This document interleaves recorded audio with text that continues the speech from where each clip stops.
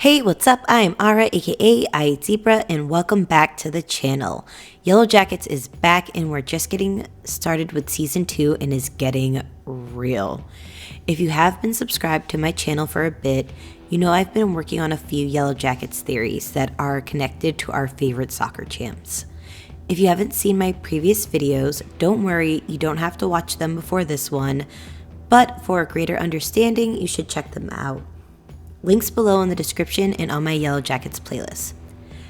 As hinted in my last theory video on the cult of the Antler Queen, and by the thumbnail, today we're diving deep into the identity of the dinner guests from the pilot episode. You know, the ones who decide to chef up poor pitgirl. Not only am I going to uncover who is there, but I think I know which animals they are identifying as. I also want to point out the opening sequence with the dinner and pitgirl were all shot using extras, meaning none of the cast is in the scene. Well, sort of.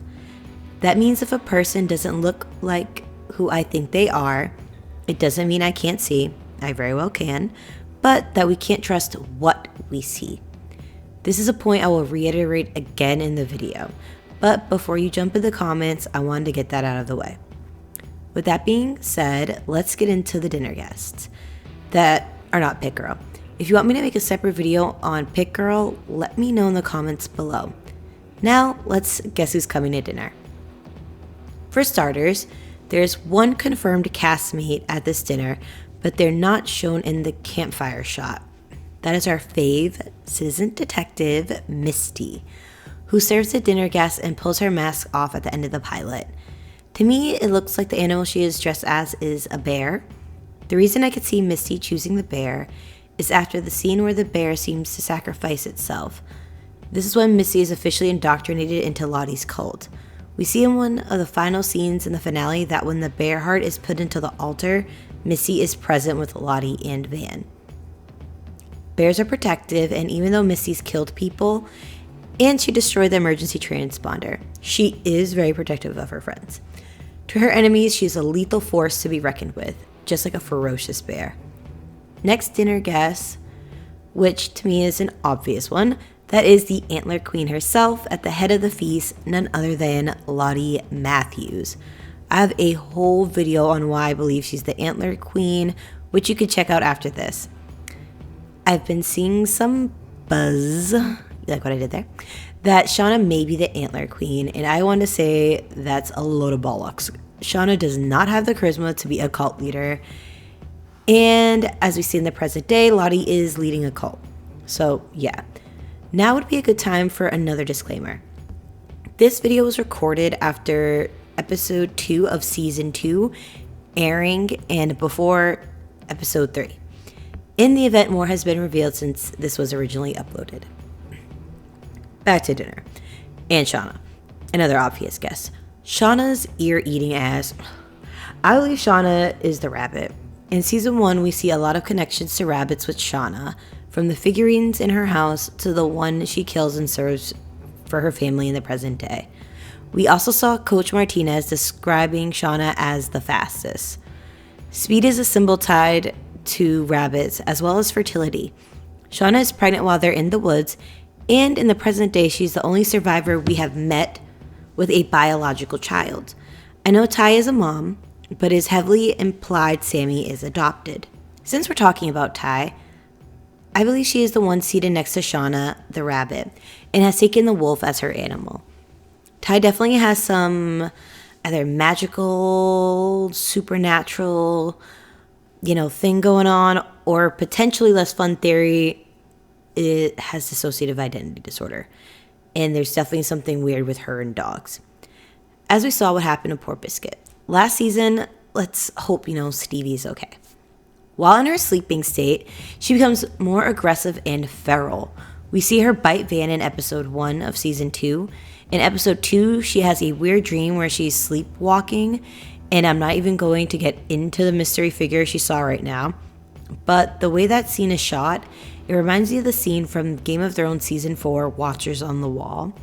During the battle at Castle Black, Sam goes to set Ghost, the dire wolf, free, and we get shots from Ghost's perspective. And this is the same way they shoot the scene with Ty in the woods. Wolves are also known for their fierceness, and if there's one word I feel best describes Ty, is fierce. Next to Ty's wolf, we see what appears to be a skunk, who wears some pink Converses, which I have been trying to find a shot of someone in them, and I have not found it yet. If you have seen the owner of these, please let me know. Based on the skunk sitting next to what I believe to be Ty and the Antler Queen is no one else but Van. Van is a firm supporter of Lottie and has been since before her attack by the wolves. If you were sitting in Lottie's spot, the skunk would be to her left, usually reserved for someone that is a staunch supporter or a lieutenant. We did see the skunk helping prep pitgirl for dinner, which is usually a Shauna job, but I can't see Shauna being anything but the rabbit. Outside of where she is sitting, let's get into why I believe the skunk is Van, due to the symbolism related to skunks and their personalities. I'm not an expert in all animals, so obviously after some research into skunks, I found these to be very telling signs as to why this could be Van's animal of choice. The skunk symbolizes humility with confidence. The power to assert yourself without being aggressive is a rare and valuable quality. Also, the skunk's personality reminds me of Van as well. They're active and curious and will get into everything. They can be stubborn and headstrong. Fortunately, they are also friendly, loving, very entertaining, and playful. Between the symbolism and personality of skunks, I believe this animal represents Van well. Now let's move to the other side of Lottie. From the left, this looks like a raccoon. I believe this is Nat under the mask. Raccoons are also known as trash pandas, and I feel that perfectly represents Nat. She's a trash panda. JK, in all seriousness, looking at the symbolism related to raccoons, I believe it perfectly encapsulates who Nat is. Raccoons symbolize wisdom, resourcefulness, and play.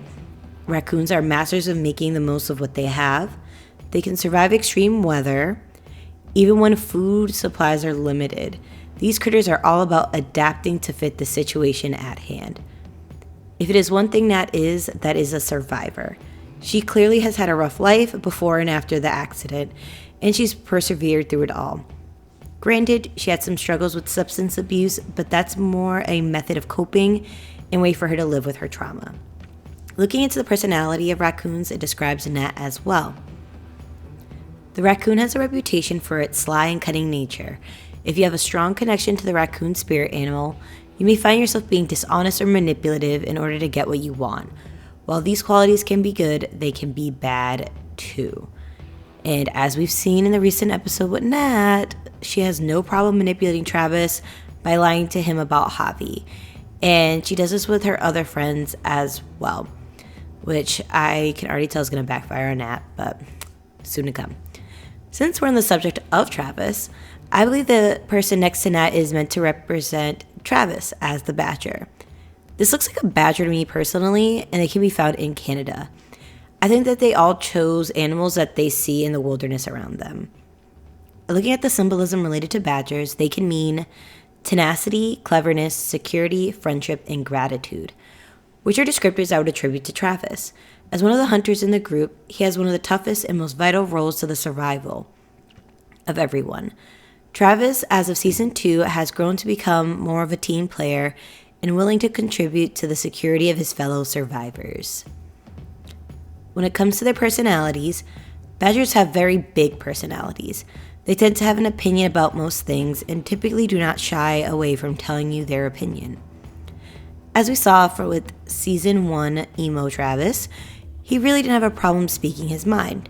He also has a tendency to be very defensive of his opinions. Now that we're into season 2, Travis is beginning to mature a little bit, but still at his core is outspoken regarding his feelings.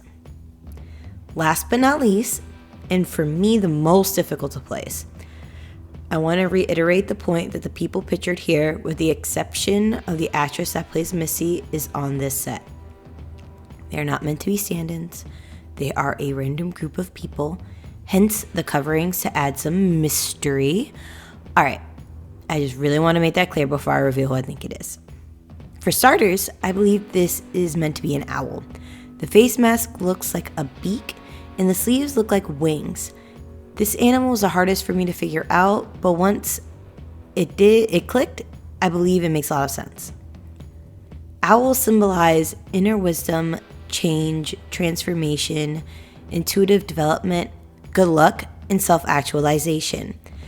I know this is going to be so controversial, so before I tell you the name, I'll give you a hint. She is someone the audience should know. Alright, before I reveal, let's get into the personality of owls, as this is the point in my research where it all clicked. Owls are known to be logical, systematic, quiet, and conscientious. Naturally deep thinkers, owls are great at complex projects where organization is key to success. Now, who does that remind you of? For me, it sounds just like Aquila. Let me break that down for you just in case you don't see it. We met Aquila in season 1. She was one of the few JV players that not only was named, but given speaking lines. When the crash happens, Aquila is a major part of their initial survival, along with Misty. Aquila knows how to forage for food, being a former Girl Scout. When Ty was planning her mission in season 1 to go out to look for more help, Aquila was the first one to bring up supplies in a conversation of the logistics of the plan. She accompanied Ty on that trip along with Missy and Van, all three who are not only confirmed survivors, but also dinner guests. She helped stave off the wolves after their initial attack that resulted in Van being mauled. When they got back to the cabin, Aquila stitched Van's wounds and cleaned them. Aquila is usually pretty quiet most of the time, and when she does speak, it's usually for a purpose. She clearly thinks before she speaks and speaks wisely. The skill set Aquila has will be important for this group's overall survival. Not only that, most importantly, she is loyal to Lottie. I believe as time goes on, Aquila will get deeper into the cult of the Antler Queen. The next thing I'm going to say that really helps me to finalize this decision could be a bit spoilery. It's not a leak, but it's from an article with Fangoria with the showrunners Ashley and Bart. They did a yearbook style spread, and Aquila's superlative is most likely to talk to animals. But under that, in a handwritten style, it says, "Your girls finally moving up to varsity this year." And there's a picture of Aquila holding a branch in a defensive position. Clearly, if she's moving up, that means she's going to become a bigger player. Her character was also recast, and I have yet to find out why. If you want me to go over more from the Fangoria spread, let me know, as there's a lot of hidden gems in there that clearly mean something. For starters, under young Shauna, it says, "Always here to lend an ear." And if you saw the premiere, you get it. You get it. To bring it all together, from left to right, for our Pick Girl party, we have Nat the Raccoon, Travis the Beaver, Aquila the Owl, Lottie the Antler Queen, Van the Skunk, Ty the Wolf, Shauna the Rabbit, and Misty the Bear, off to the side cleaning and preparing the feast. I'll be honest, their costumes are crude interpretations of animals. The costume department definitely nailed it in making it look like this is like something that they made themselves in the wilderness. I will say though, it makes it hard to still figure out which animal each costume is meant to be, except for Lottie. That's the Antler Queen, and I have proof that my theory was right. But anyways, the others have a lot of room for interpretation. Let me know what animals you think are at Pick Girl's Last Supper. While you're at it, don't forget to like this video, subscribe, and hit the notification bell for future uploads. You can check out my other Yellowjackets theories in the playlist linked below, along with my Season 2 trailer breakdown. See you next time. Bye!